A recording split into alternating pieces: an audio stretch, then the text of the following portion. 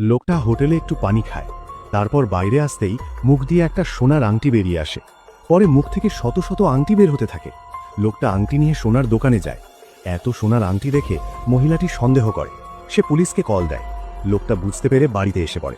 পরে পানির পাইপ গলায় দেয় যেন আরও বেশি সোনার আংটি বের হয়। তখনই পুলিশ এসে পড়ে। লোকটার মুখে ছিল পাইপ। পুলিশটা গলা থেকে পাইপ টেনে বের করে। তখনই লোকটা অদ্ভুতভাবে পুলিশের কথার নকল করতে থাকে। পুলিশ রেগে আইনের ভয় দেখাতে শুরু করে।